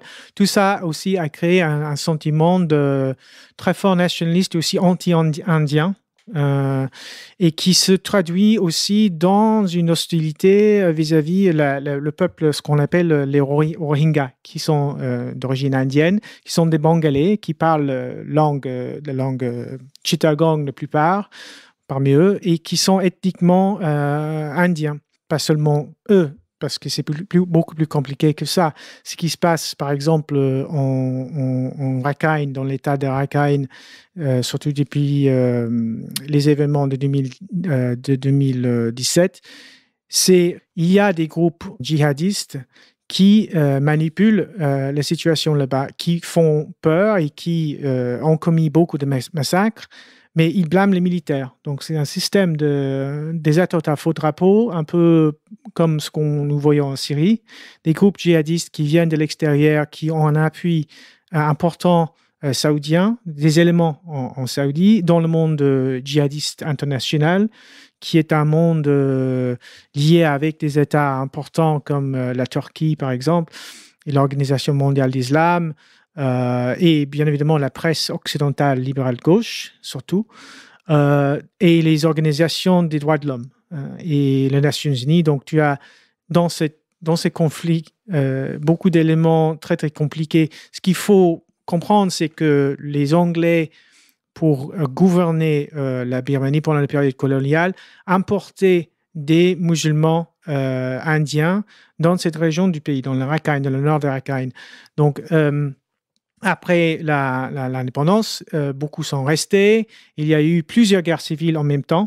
Donc, plusieurs ethnies étaient en guerre civile contre l'État central. Ils n'arrivaient pas, en fait, à mater les révoltes. C'est pour ça que les militaires ont pris le pouvoir en 1962. Donc, le but de Nguyen Wen, c'était le général qui prit le pouvoir. À l'époque, comme tous les pays, surtout les pays de l'Est, c'était une forme ou d'autre de socialisme. Donc là, ils ont adopté un socialisme bouddhiste, c'est-à-dire que le bouddhisme, c'est la religion traditionnelle de la majorité des pays. Et donc, la base morale du pays, c'était le bouddhisme. Et ils ont fait ils ont construit une forme de socialisme nationaliste, très anticommuniste. Donc, dans le Nord, ils étaient toujours confrontés avec des groupes communistes soutenus par les Chinois. Le marché de drogue dans les régions de Shan, très important, surtout pendant la période de la guerre froide où les Américains, surtout les CIA, étaient en train de trafiquer les drogues pour leur guerre en Vietnam et Laos, etc. Et puis des guerres civiles pratiquement permanentes, comme la guerre avec la Kachin qui dure pratiquement depuis le début, depuis le fondement de l'État. Les Kachin qui sont chrétiens et ont toujours eu un soutien des Occidentaux, notamment des Anglais, mais aussi les Américains. Les Américains ont déjà eu plusieurs bases militaires secrètes dans cette région où ils entraînent des groupes rebelles. Donc, c'était un cauchemar depuis le début pour l'État d'unifier l'État. Donc, c'est pour ça que c'est toujours resté un régime militaire, parce que le pays est en guerre civile permanente. Donc, parler d'un gouvernement civil dans un pays qui est en guerre civile était une bêtise. Donc, Aung San Suu Kyi, c'est la fille de général Aung San, qui était le héros du mouvement indépendantiste, qui a été assassiné par les Anglais très vite après l'indépendance. Elle a été, si vous voulez, elle a été promue par les Anglais pendant la dictature de Nguyen pour libéraliser le pays et pour récupérer le pays dans le giron géopolitique occidental. Donc, ils ont essayé de renverser le régime en 1988 et ces tentatives de renverser le régime à l'époque c'était soutenu par les Américains, les Anglais, la presse occidentale, les organisations droits de l'hommistes, et aussi Gene Sharp, qui est le fondateur de l'idée de la concept de révolution colorée. Gene Sharp était déjà présent à l'époque dans le pays. Ce qui est intéressant sur la tentative de révolution en 1988, c'est que ils s'appuyaient beaucoup sur la jeunesse. Donc, ils ont, à travers le soft power américain, ils ont réussi à laver les cerveaux des milliers de jeunes étudiants. Donc, en fait, à l'époque, ils formaient des guerriers étudiants dans des camps à Thaïlande. Et à Thaïlande, où ils étaient formés par les CIA, par les Américains, où ils étaient visités, ils ont eu des visites des sénateurs américains, comme à l'époque, sénateur Moynihan du Parti républicain, Silverstein, Rohrabacher et plusieurs d'autres. Ces jeunes étudiants étaient devenus guerriers. La révolte contre le régime était extrêmement violente. Tout ça a été nié par la presse, on focalisait sur la répression des militaires. Tout ça faisait partie d'une série de révolutions colorées qui s'opéraient à l'époque en Asie. Il y a eu le changement de régime de Marcos en Philippines. Il avait été il a été mis en place par les Américains, mais aussi remplacé par les Américains par une révolution de type couleur aussi. En Bangladesh, il y a eu un autre changement de régime. Et bien évidemment, les événements en Chine de Tiananmen. La place de Tiananmen en 90. Oui. Donc 2 ans plus tard, où en fait les étudiants étaient payés par les Américains. Leur poche était remplie de dollars sur la place de Tiananmen. Et aussi, il y a eu énormément de violence contre les militaires. Donc, on ne peut pas dire que c'était des agneaux innocents sacrifiés par un régime. C'était beaucoup plus compliqué. C'était une tentative de coup d'État par les Américains qui s'est échouée. Donc, ils ont fait la même chose dans le sud de Corée à l'époque, une énorme révolution. Ils s'appelaient ça l'effet Eros, the Eros Effect. Et en fait, c'est intéressant parce que le Eros Effect, c'est le soft power américain. Donc, ce qu'ils voulaient changer dans ces pays-là, c'était le côté droit de ces dictatures. Ils n'étaient pas gauchistes, ils n'étaient pas libertaires. Donc, ils voulaient changer la culture et surtout changer ces régimes qui étaient assez rigides, comme le régime à Taïwan, où ils ont changé aussi le régime, parce que ces régimes ont été mis en place par les Américains après la guerre. Et en fait, ils ont tous été des régimes de droite militaire, mais aussi avec des valeurs de droite, qui à l'époque étaient nécessaires pour la lutte contre le communisme. Sauf que dans les années 80, avec Reagan notamment, parce que Reagan s'est présenté comme un conservateur, etc., mais c'était le régime le plus libéral. C'était l'ère de disco gay, etc., Californie, c'était faites ce que vous voulez, etc. En fait, c'était Reagan, c'était sous la présidence de Reagan que le National Endowment for Democracy a été fondé par les trotskistes. Donc, il y a eu cette confluence de forces, la convergence de forces, si vous voulez, au sein du régime américain dans les années 80.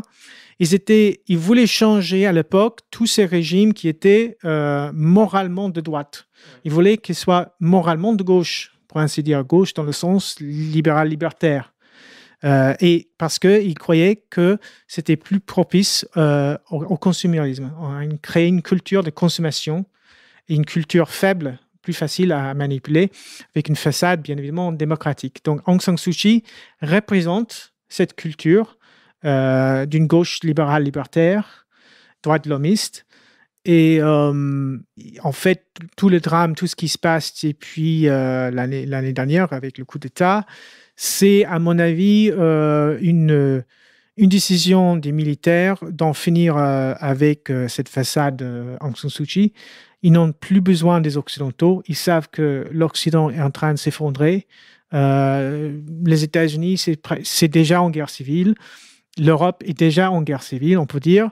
Donc, ils se dirigent vers la Chine. De plus en plus, tous leurs projets économiques, géopolitiques sont liés à la Chine. Et donc, je pense qu'ils ont estimé que c'était trop risqué de jouer le jeu avec Aung San Suu Kyi, vu le fait que Soros avait déjà implanté des fondations importantes dans le pays. Il y a eu une énorme corruption de la jeunesse à cause de ces projets. Et je pense qu'ils ont vu que c'était pas seulement ça, mais le fait aussi qu'ils ont accusé Aung San Suu Kyi d'avoir truqué aux élections. Là, on n'a pas d'effet avéré. On ne sait rien. Mais ce qui est toujours le cas dans la presse occidentale, c'est que, comme les élections américaines, on dit que, bien évidemment, c'est faux, ils n'ont pas truqué, etc. Donc, si vous avez une classe libérale de la bourgeoisie comprador qui sont liées avec Soros et avec des organisations mondialistes, à mon avis, c'est bien probable qu'il y a eu des fraudes électorales.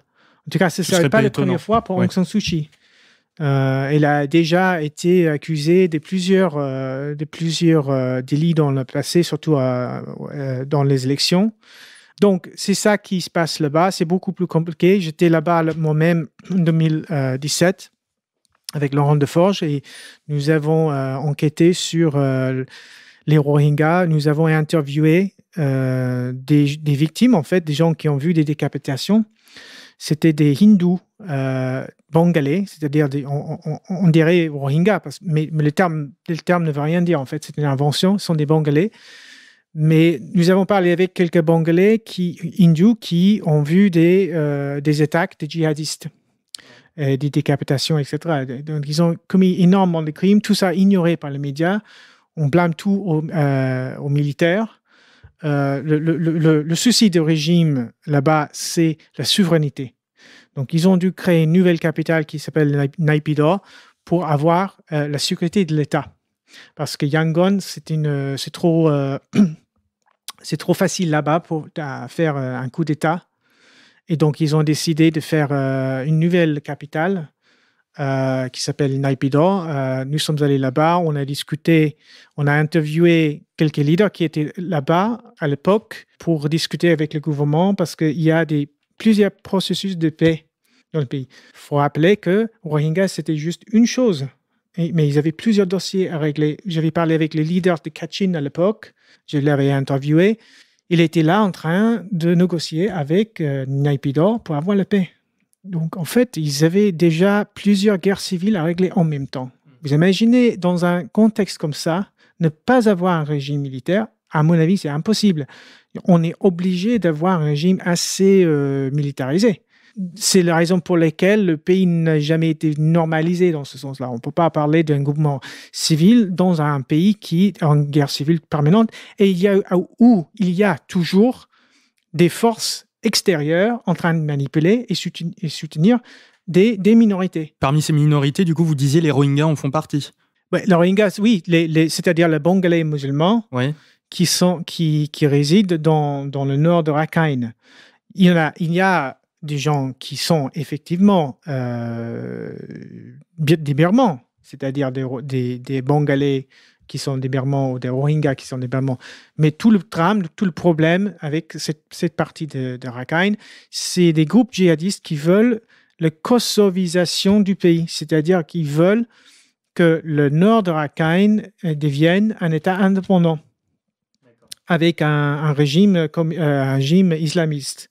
Et donc, ça, c'est soutenu par les islamistes aussi en Bangladesh. C'est soutenu par des islamistes en Pakistan, etc. Après, le rôle de Inter-Services Intelligence, le service secret pakistanais, est toujours flou parce que nous savons tous que pendant l'islamisation d'Afghanistan dans les années 70, c'était Inter-Services Intelligence qui gérait le Taliban. Et le financement des talibans et d'Al-Qaïda. Et ils ont toujours eu des relations avec ces groupes.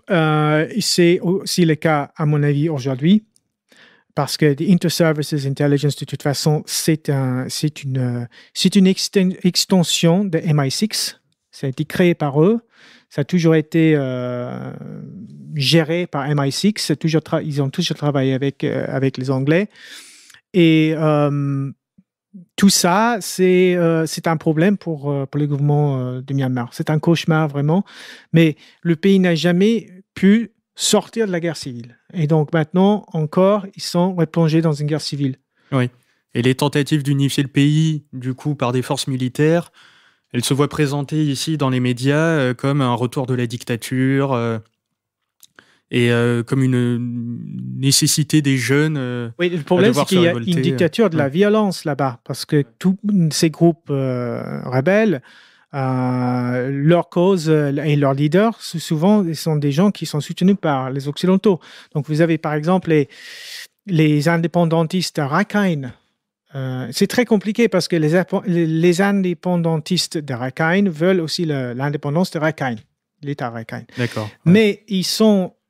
chacun a ses intérêts. Beaucoup de gens avec qui j'ai parlé avec des gens en Rakhine quand j'étais à Sittwe, c'était des gens très nationalistes Rakhine, qui n'aimaient pas du tout Naypyidaw, n'aimaient pas du tout le gouvernement de Birmanie, voulaient indépendance, mais dans le cas de Rohingyas, ils étaient de côté de l'armée nationale. D'accord, ils s'unifiaient quand même contre les Rohingyas. Oui, mais le but des Occidentaux, ce que j'écrivais à l'époque, c'était d'unifier tous les groupes dissidents, tous les groupes rebelles, y compris Rohingyas, contre le gouvernement. Donc, il y a eu des rencontres entre la leader de Rohingyas et ces groupes indépendantistes de différentes régions, notamment les indépendantistes de Rakhine et aussi de Kachin. Donc, en fait, tout ça, c'est le but de cette déstabilisation, c'est d'empêcher la Myanmar de tomber dans les mains des Chinois. C'est déjà le cas que pour les Chinois, c'est extrêmement important dans leur échiquier géopolitique. Aussi, en Asie, les Asiatiques, on va dire les Asiatiques mongoloïdes, il y a cette espèce de pan-asiatisme ou... un pan-asiatisme, un impérialisme asiatique. Enfin, oui. Il y a cet élément-là aussi. Qui se confronte de plus en plus aux Indo-Européens. C'était l'argument des Japonais de la Deuxième Guerre mondiale, c'était de chasser les Anglais et les Européens de l'Asie. Il y a cet élément dans la politique, dans la diplomatie chinoise, de solidarité mongoloïde, on va dire.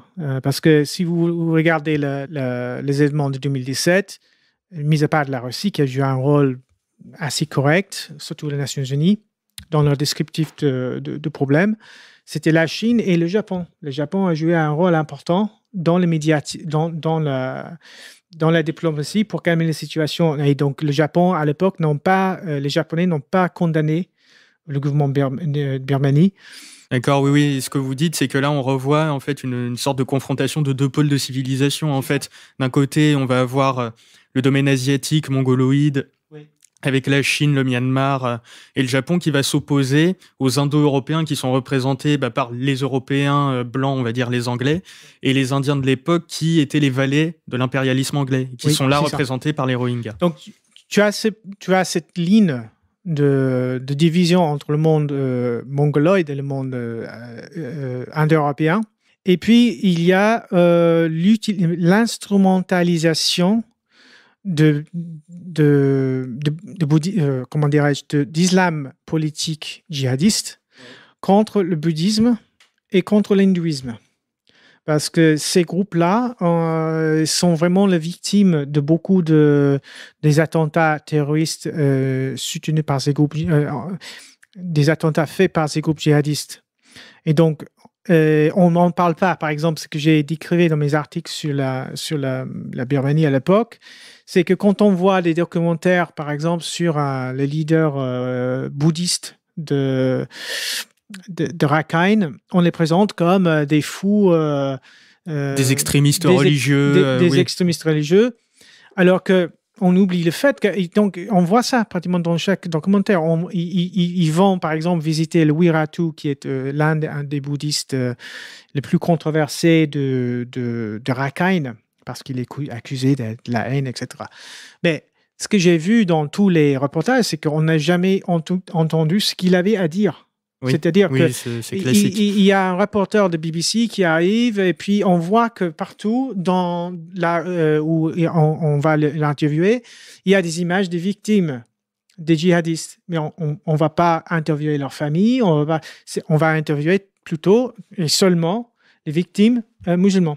Donc, on a déjà décidé qui est les victimes, qui est le méchant. Oui, c'est présenté de manière extrêmement partielle. partielle. Dans une guerre civile comme ça, c'est extrêmement compliqué. Oui. Il y a deux côtés et deux histoires. Donc, ce que je voulais faire, c'est de démasquer le côté de désinformation de la guerre pour avoir un point de vue plus objectif. Merci Gerold pour ces éclaircissements.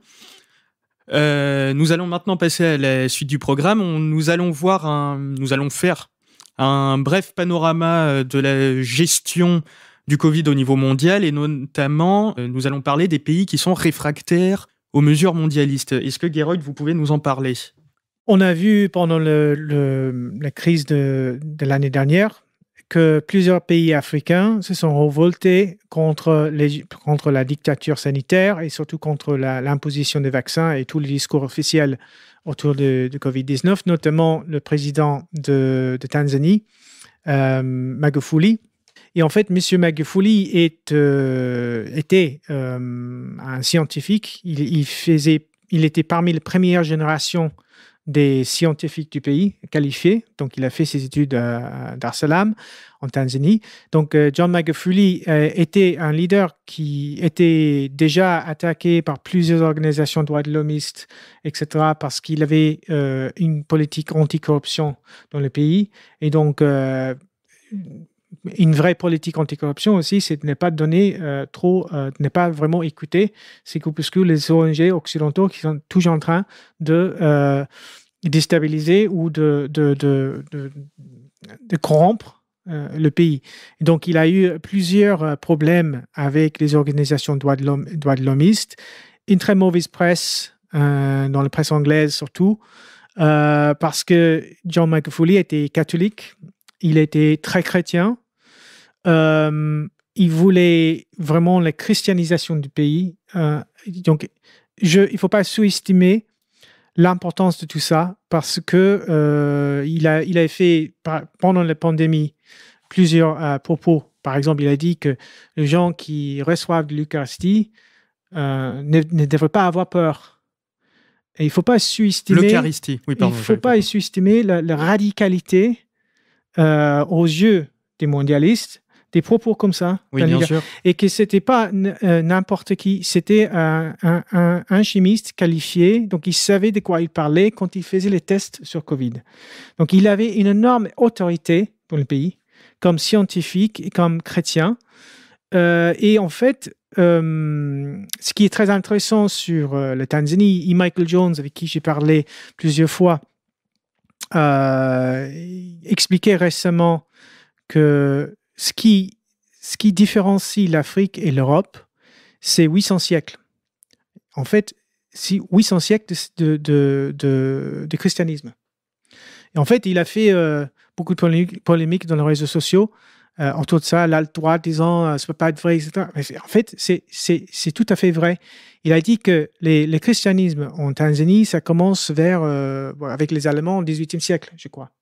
D'accord. 19e siècle. 19e, excusez-moi. Et en fait, il a dit que vous allez en Allemagne, et vous trouvez au Moyen-Âge, jusqu'à 3e, 4e siècle, les Allemands, un pays primitif, il n'y avait pas, ils n'arrivaient pas, en fait, à créer une énorme civilisation. C'était les Romains qui étaient à l'époque les grandes civilisations. Oui. Et donc, c'était les chrétiens, c'était les bénédictins qui ont enseigné aux Allemands comment travailler, comment faire et donc, ça n'existait pas avant les chrétiens en Afrique. Et en fait, des gens comme Magufuli comprenaient tout ça. Oui, que le christianisme est un vecteur d'unification, de la même manière que les Allemands se sont unifiés autour de ça. Absolument, c'est un vecteur d'unification, mais aussi de la technologie. Oui. C'est le christianisme qui apporte la science et la technologie. Et donc, ça, c'est très important parce que on a vu la même chose en Burundi avec Nkurunziza. J'avais écrit plusieurs articles sur lui en 2016 parce que les Occidentaux ont essayé de le renverser aussi. Nkurunziza, je pense qu'il n'était pas catholique, mais il est chrétien de toute façon, très évangélique. Un leader formidable. Un pays qui avait subi une guerre civile extrêmement violente pendant longtemps, où il y a le même clivage que Rwanda, Tutsi, Hutu, etc. Donc, le défi de construire un pays était énorme. Lui, c'était très chrétien. Et donc, le pays a fait beaucoup de progrès. Les Occidentaux voulaient les déstabiliser parce que le pays est tombé plutôt dans le giron géopolitique pro-russe, pro-chinois et japonais dans leurs investissements, etc. Et donc, il y a un autre projet de déstabilisation de toute façon de ces régions par les Occidentaux. Lui aussi s'est refusé à suivre les consignes de Covid-19. Donc, il a chassé l'OMS du pays. C'était quelqu'un qui était déjà remplacé par un autre, c'est-à-dire qu'il avait cédé le pouvoir, mais qui restait comme guide suprême, un peu comme Gaddafi. Et du coup, qui aurait été une bonne chose parce que il avait beaucoup de sagesse, il avait déjà il avait une vision pour le pays. Il faut savoir que c'était quelqu'un qui passait le week-end avec les ouvriers dans les champs, en train de construire des écoles, etc. Rien de ça dans la presse occidentale, rien, jamais. Hein. On ne s'intéresse jamais à ça. Et en fait, il est mort subitement. J'ai écouté plusieurs chaînes africaines à l'époque et plusieurs spécialistes qui pensaient que là, il y a quelque chose qui pue. Parce qu'il était très jeune, je pense que 53 ou quelque chose comme ça, quand il est mort. Et bon, tout de suite, dans la presse anglaise et dans la presse occidentale, on disait c'est Covid, il est mort de Covid. Donc, on ne sait pas, mais il est mort. John Magufuli de Tanzanie, il est mort. Il a été assez jeune aussi. Et puis, tu as plusieurs d'autres. Tu as le président de Swaziland qui aussi était contre le Covid. Il meurt subitement, etc., etc. À mon avis, il y a quelque chose qui pue dans tout ça. Surtout le fait que John Magufuli était un leader régional, mais aussi de point de vue continental. Il donnait vraiment la voix. Et à mon avis, la puissance, la force du christianisme, c'est ça qui fait peur. Le moment où l'Afrique... parce qu'on le voit, moi je le vois dans les traditionnalistes, par exemple, au Nigeria, sont très forts. On voit que l'islamisation, c'est-à-dire les groupuscules djihadistes qui sont envoyés pour détruire tous ces pays, ils ont une énorme peur d'évangélisation de l'Afrique. Parce qu'ils savent que c'est la seule sortie de ce continent, c'est à travers le christianisme, comme tous les pays du monde. Donc, il y a quelque chose qui pue dans tout ça. On pourrait parler, bien évidemment, on n'a pas le temps, mais on pourrait parler de, comment ça s'appelle, Rajolina de Madagascar, oui, où ils ont créé un remède Covid biologique à base des plantes, etc. Donc, c'est important parce que maintenant, on va imposer ces vaccins. On veut surtout tester les vaccins en Afrique où il n'y a pas de contrôle, où les gens s'en foutent royalement. Il faut rappeler qu'en 2014, les évêques catholiques de Kenya ont exposé HGC, c'est une hormone de stérilité, dans le vaccin, dans la campagne de vaccination pilotée par UNESCO. Ils ont porté plainte. Ouais. Les évêques ont montré qu'il y avait des hormones qui stérilisaient dans les vaccins qui étaient fournis au Kenya en 2014. Bien évidemment, c'était les scientifiques du pays qui ont fait les recherches, qui ont établi et qui ont prouvé. Ils ont donné toutes les preuves. Et donc, ils ont porté plainte contre l'UNESCO. Et donc, ils accusent l'UNESCO d'avoir stérilisé 1 demi-million de jeunes filles en Kenya. Il faut pas oublier le fait que les gens qui dirigent le monde sont obsédés par la réduction de la population mondiale. Oui, bien sûr. Notamment, j'écoutais récemment les propos de Stanley Johnson, c'est le père de Boris Johnson. Si vous regardez sa page Wikipédia, le livre qu'il a écrit, il est absolument obsédé par la réduction de la planète, de la population de la planète. Et donc, dans un entretien récemment que j'ai vu, qui est sur YouTube, il dit que ce serait bien si la population de Grande-Bretagne était à peu près de 10 millions. Donc, ces gens-là sont obsédés par la réduction de la population. Donc, il ne faut pas s'étonner. Il faut pas s'étonner du fait que maintenant, on a tous ces décès liés aux vaccinations, etc. Juste pour en finir sur ces points-là, sur les vaccinations, l'épidémiologue en chef d'Irlande, qui est le plus médiatisé, on va dire le Blachier d'Irlande, il s'appelle Luke O'Neill. Récemment, il a dit, et c'est celui qui pousse tout le temps Pfizer, Moderna, tous les vaccins. Et donc, il a dit qu'il lui-même, il s'est refusé de prendre le vaccin Pfizer. Donc, je trouve ça vraiment scandaleux. Il a dit ça à la radio, que lui-même ne va pas prendre le vaccin, alors qu'il dit que les gens qui ne vont pas prendre le vaccin ne vont pas pouvoir voyager. C'est déjà décidé en Irlande, le passeport vaccinal. Et en fait, en Irlande, on parle de modèle israélien. Ce que je trouve très intéressant, c'est que dans les guerres contre le terrorisme, on trouve toujours le modèle israélien de sécurité. Et maintenant, dans les guerres contre le Covid, c'est le modèle israélien aussi. Oui, on le présente très souvent dans les médias français aussi. Ceux qui sont au pinacle de la vaccination et des mesures sanitaires au niveau des contrôles, des voyages, des ouvertures de restaurants, des cinémas, c'est les Israéliens. Il faut prendre exemple sur eux, systématiquement. Toujours dans la gestion des crises, il semble que c'est le modèle israélien. Et donc, nous sommes tous, je dirais, devenus des Palestiniens dans ce sens-là. J'utilise les termes depuis des années, la gazification du monde. C'est-à-dire qu'on va vers une ghettoisation générale du monde. On devient tous des Palestiniens. C'est-à-dire, ce qu'on voit en Gaza, c'est l'avenir de l'humanité. Des contrôles sans cesse, des checkpoints. Oui, et l'esclavage permanent. Donc, il y a quelque chose, les Nations Unies parlent des conséquences bibliques, j'utilise des termes comme bibliques, il y aura des famines, ça va être biblique, mais ils pensent de cette façon, de toute façon. Donc, aussi, la centralité d'Israël dans tout ça, c'est assez... significatif. Oui. Merci Geroyd pour votre intervention. Je vous donne rendez-vous pour la prochaine édition, ainsi qu'à vous, très chers auditeurs de RFM. Merci d'avoir écouté. À bientôt. We have before us the opportunity to forge a new world order. Ladies and gentlemen, on ira ensemble vers ce nouvel ordre mondial. Am Israël.